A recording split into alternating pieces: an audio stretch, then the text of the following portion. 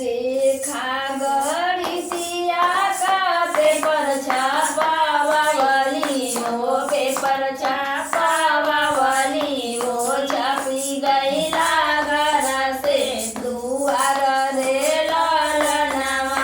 रेखा गणितिया का पेपर छापावली हो पेपर छापावली हो लिखी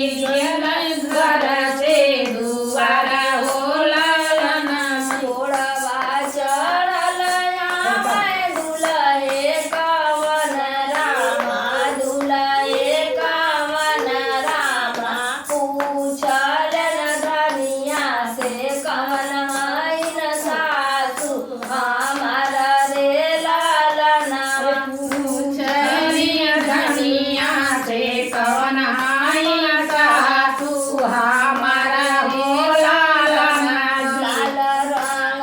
ओढ़ले हो लाल रंग पहिरले हो लाल रंग पहिरले हो लाल रंग मारल बाओ हार रे ललना लाला रंग मारल बाबू हरा हो ललना अरे लाल रंग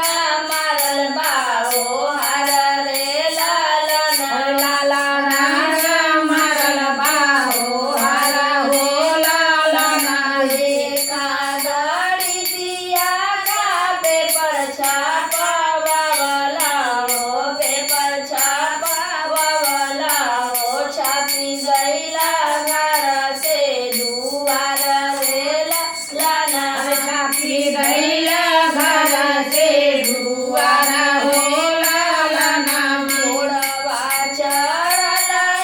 मैं दुलहे कवन रामा दुलहे कवन रामा पूछल धनिया से कवन हईन सरहज हमार रे ललना पूछलिया धनिया से कवन हईन सरह हमारा हो ललना जी लाल पियर रंग ओढ़ले हो पियर पहिरले हो पियर पहिरले हो पियर मारल बाओ हर ललना अरे पियरा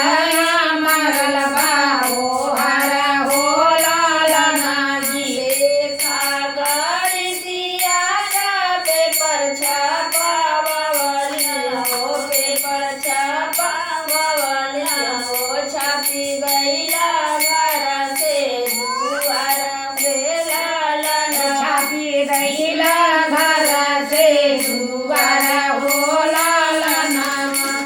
गोड़वा चढ़ल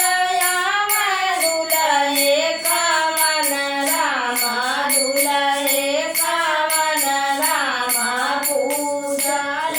धनिया से कवन हईन साली हमार हो ललना पूछल धनिया से कवन हईन साली हमारा हो ललना जी हरियर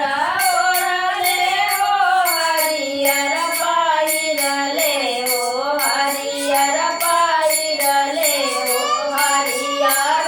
मारल बाओ हर हो ललना हरियारा मारल बाबू हरा हो ललना जी रेखा गणितिया का पेपर छापावली हो पेपर छापावली हो छापी गईला घर से दुआर हो ललना छापी गईला घर से दुआरा हो ललना